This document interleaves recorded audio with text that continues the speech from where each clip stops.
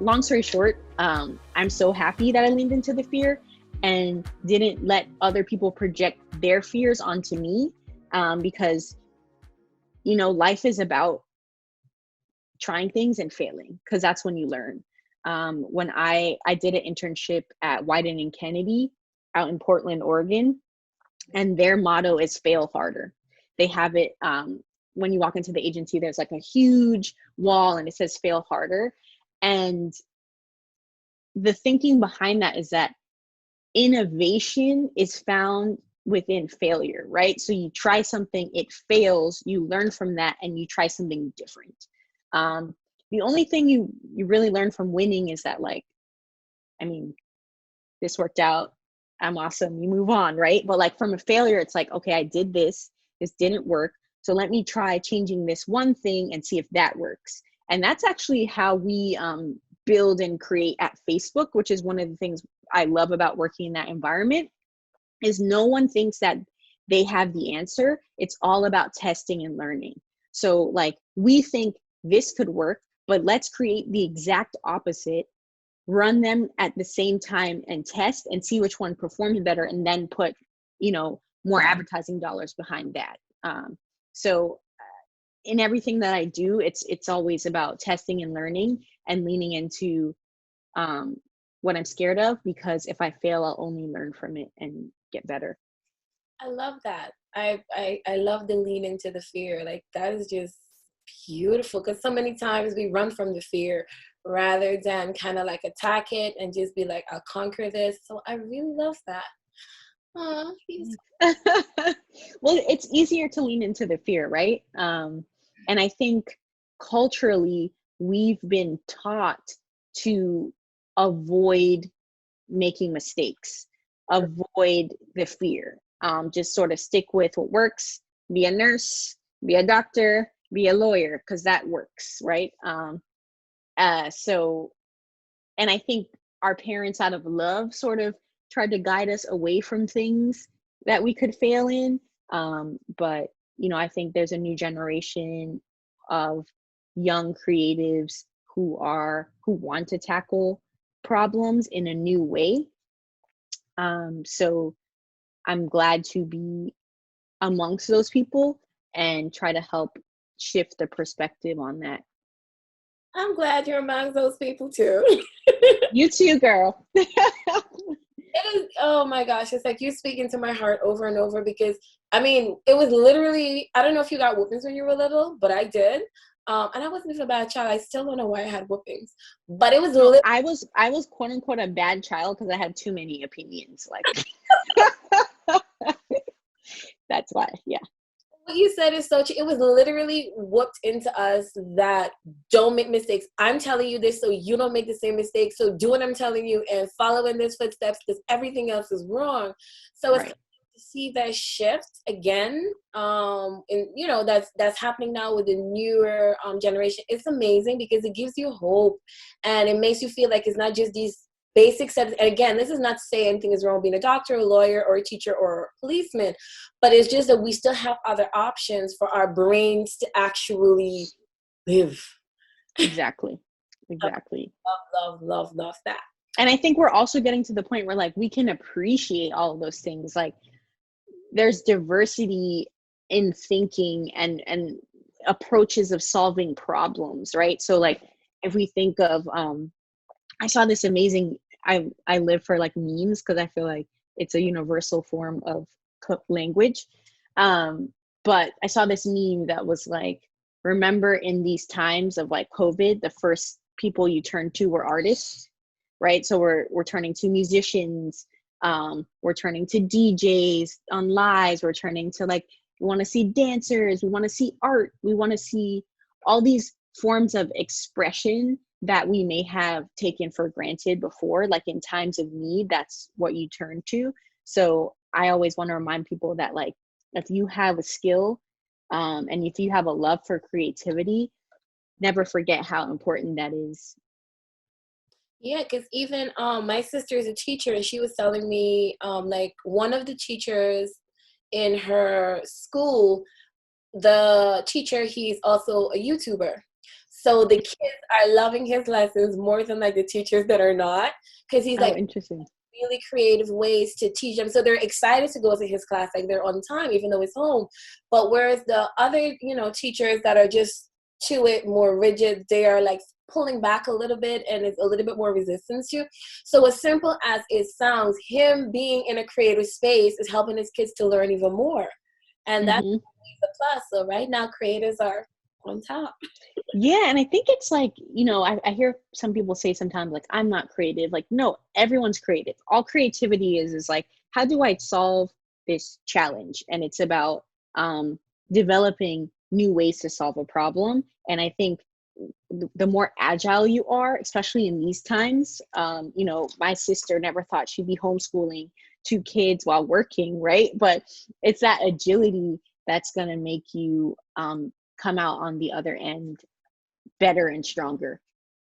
That is, and I say that is several times. I say that is very true. So yeah, if you were to give, because I noticed you said you had a 6-year-old niece. If you were to give her one advice to be successful in life, what would it be? Wow. um, my favorite line is, my piece of advice for success in life is, your network is your net worth. Mm, Every opportunity I've ever gotten was from someone I knew or a connection I made. Um, and again, going back to that human connection, like, it's so important, and people are going to look out for you at the end of the day. And even like, we got to connect, and through the panel when you came to Facebook, and we fostered our relationship. And I haven't seen you in months, but here we are on Zoom chatting and connecting, and who knows where this relationship will go, right? And like, what opportunities I could share with you and vice versa. So, fostering relationships is really important. When I first got into the advertising industry, I was really shy. And I still am at heart an introvert. But I learned how important relationships were, and I learned how to foster those relationships and continue to grow my network. And I think it's really, really, really important, especially for our community, to get outside of our community, get outside of the people that you typically talk to, and expand your network, because you don't know what you can learn from someone else who's walked a completely different life and completely different journey. And having insight from other types of people will only help you grow as well. And really understanding different perspectives. So again, I think I'll say it again, your network is your net worth, because in the end, that is really what matters. I feel like you're just dropping gems, like gems. Yes, yes. Let me And receive. honestly, none of this like comes from my brain. It's all things that people, honestly, women of color in my life has shared with me that really like stuck with me. Um, so, just learning from other people, and being open to learning has been really important to me. It is, because like you said, with the networking thing, that's how I got to know you. And whether or not I see you face to face on a regular, you've inspired me in more ways than one.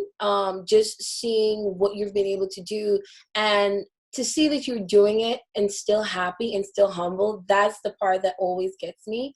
I always tell people I look for people that are humble at heart. Like, they could have the highest of everything, but once that heart is humble, like, I'm in love. I think, and you inspire me too. Honestly, you're bringing together all these amazing people. Like, I'm like, oh my gosh, I need to do something with my life. Like, what am I doing? Tamika's out here killing it. But I think, that humbleness is really, really important as well. I get that from my parents. No matter what we had in life, they reminded me, like, they came from nothing, and they worked hard to provide a better life for me, but never forget where we came from and what we had to go through. And I never look down on anyone who has less than you, because that doesn't mean that they're less than you. It just means that maybe they may have not gotten the same opportunities that you have. That is true. So if you had to give, and I use this term loosely, a single person some advice during this quarantine. Find a quarantine day. That's the advice. No, I'm kidding. No. What would you say to them? Like, if you, because I know some people are saying, you know, they're single and they don't know what to do, and some married people are getting divorces. So it's like, you know, you don't know what to do. So if you had to give some advice to people that are probably single, in isolation, or, you know, because quarantine and isolation actually is two different things at this point. Right. What would be that advice? I don't know if I have the best advice for single people during quarantine, but um, I would say it's probably a good opportunity to really figure out if you like someone through conversation, and find out if you guys really have like a genuine connection, because it removes sort of that like physical barrier where you can just talk to each other and align mentally. I was talking to my friends the other day, and my guy friend said that he just slides in everyone's DMs now, because there's no barrier, right? Like, if a girl writes back, it's yay, and if she doesn't, it's like, whatever, I'm quarantined anyway. So I guess the advice is shoot your shot, and see if you can find someone that you could really connect with, mentally and spiritually. Oh, you made me laugh. I was watching I think the ads that, I think it was Tiffany Haddish and Common did one. I think it's for Bumble. And they were doing like the dating, virtual dating, and it was so cute. And I was like, okay. So I'm guessing I heard that virtual dating is actually like skyrocketing now. Oh wow. They're doing like Zoom calls to meet each other. And I guess it gives people opportunity to like look cute and talk to someone and meet someone new. So hey, if it works for you, works for you. I think I could have done that. Yeah, I'm kind of the opposite. Like, I don't want to, that Homer Simpson meme where he like retracts into the bush? That's me during quarantine. I'm like, I don't want to talk to anyone. Okay, so before we go, I want to play a little game with you. So I'm going to get up my paper. Okay. It's making a lot of noise. So it's basically, I'm going to ask you a few questions, and you have 5 seconds to answer. Within 5 seconds, you have to answer and stop. All right, speed round. Let's go. What's your favorite music? Dancehall reggae. Ooh. Okay. What's your must-have beauty product? Eyebrow pencil. Anastasia Beverly Hills eyebrow pencil. Okay. What's your most memorable event you've ever attended? Add color. Ooh, I like that. What's your favorite food? My go-to when I just want to be happy and feel good is pizza. I love pizza. I was really gonna say maybe it's jerk chicken or oxtail. Was not guessing pizza. I don't eat meat, so my options when it comes to Jamaican food are a little limited. Caribbean food in general, I think it would be very. Yeah. What is your best memory? Wow. Best memory, I would say, when I was younger and I used to like ride around with my dad. That's my best memory. He passed away when I was 11, so I have few memories with him. So the ones I do have, I cherish those. Oh, I'm pretty sure he'll be proud to see the woman that you have become today. Thank you. What is your favorite or best travel destination? Apart from okay, can't say Jamaica. I love Cannes, France. South of France, so beautiful. It's like Miami and Paris in one city. Love it. Wow. Wow. I want to go now. Yeah, no, so in the summer, it's beautiful. Last question. What does success means to you? Success to me is leaving a legacy for young women of color to make them feel proud and beautiful to be in the skin that they were born in. Oh, you can make me cry. It's so beautiful. You don't hear that often. I love that, because the reason I always ask that question is I believe success means different things to different people, and a lot of times people think success is that you have millions of dollars, and I don't think that's necessarily true. I feel it's to each his own, because somebody's success. One of the things I remember, I was in I was invited to do it's not even a panel, like to speak with young girls. Mm-hmm. And the girl said, her greatest accomplishment is being able to finish 8th grade. And in my mind, I was like, what kind of accomplishment is that? Like, why are you not trying to like finish school? But that's me in my block thinking. And she said, because I will be the first person in my family to finish 8th grade. Oh, wow. And that broke my heart, because I was like, you and your ignorance, ready to judge her. But that's her, in her mind, that's success, because she's doing something that no one in her family has ever done. Mm-hmm. And really began to change my perspective and start to realize that to each person, being successful means something different. But I love your version of success because it's not selfish. And I love that. It's even in your success, you're still thinking about how to build a community and how to enrich your community and how to give back. And that's just a beautiful thing. Brittany, you just give me more reasons to love you. Oh, thank you. So happy we got to do this. And, you know, for me, success is about, when I think of success, I think of something that I didn't have. And I think now more so than ever, we have those examples of women of color who are crushing it in different industries and being like a beacon of light. But I want to see more. And to your point of like, when you talk to these young girls and you hear where they come from and their background, like that's what inspires me anytime I get the opportunity to mentor or even work with younger people. I learn more from them than they probably learn from me, you know. And it gives me hope and keeps reminding me that the work I do is important. You know, I work in the beauty space. I work with all the top beauty brands who advertise across Facebook and Instagram. And I would say 9.5 times out of 10, I'm the only woman of color in the room. So I take it as an important responsibility to be that voice and to share our story and to remind them how important we are. Oh, wow.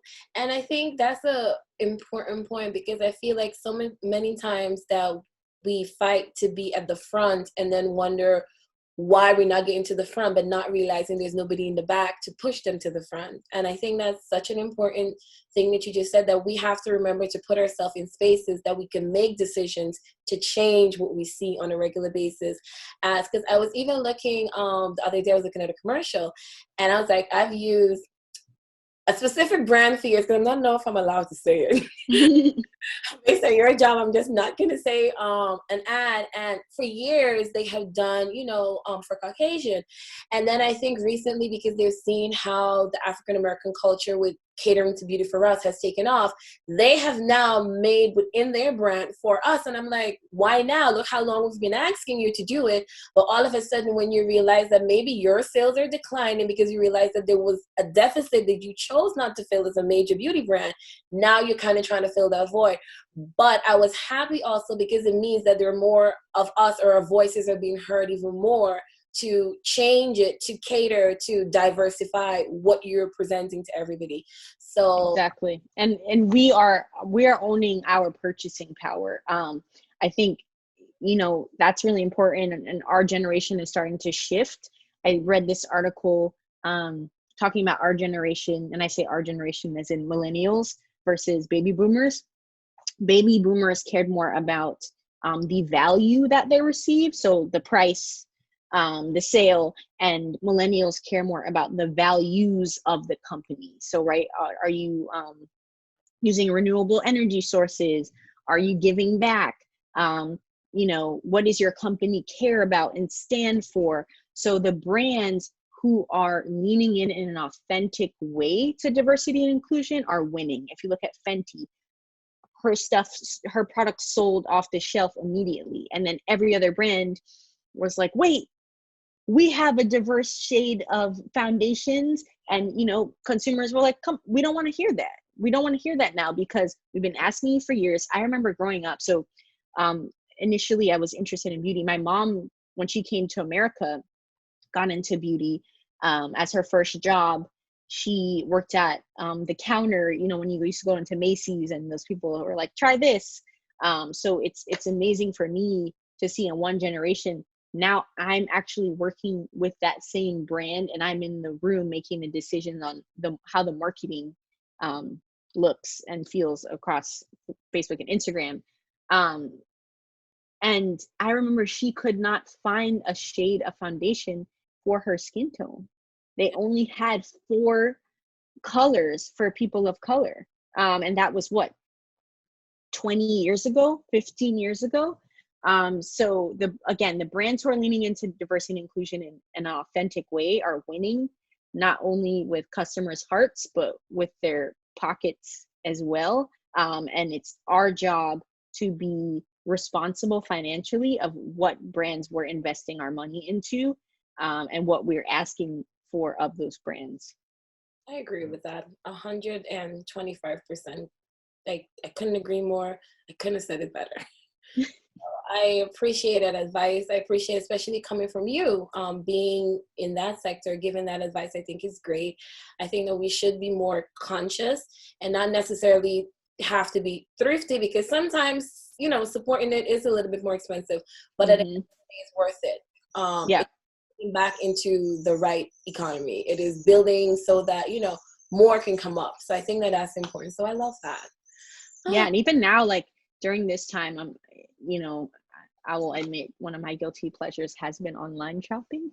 But I've been even more conscious now of like, how can I support small businesses or even like small businesses of color and invest my money into that rather than like these bigger companies that I know are not having as rough as a time through COVID. That's like the funny thing is I bought something for twice the price just to support a small business when I know I could have gotten it on Amazon for like half the price. Right. But in my mind, I was like, Amazon trading is like over $2,000 right now. They're okay. Yeah, they're good. They're good. So it's like simple things like that. I was like telling people, like, you know, you don't have, even if you can't have like $1,000 to go buy the nurses lunches, support the businesses, find out your friends, what are you doing, and kind of support that way. So I love that. So thank you so much, Brittany. Thank you. This has been awesome. You made my day. I am going to say that you were a delight. You are a delight. I appreciate you. Keep shining. Keep doing the amazing things you're doing. Keep making the amazing accomplishments. Even during this interview, congratulations on being Miss Ad Curler 2000. Oh, thank you. You deserve that and more, and I can't wait to see where you're going to go. And I know the trajectory is only up from here. I'm doing a dance on behalf of you.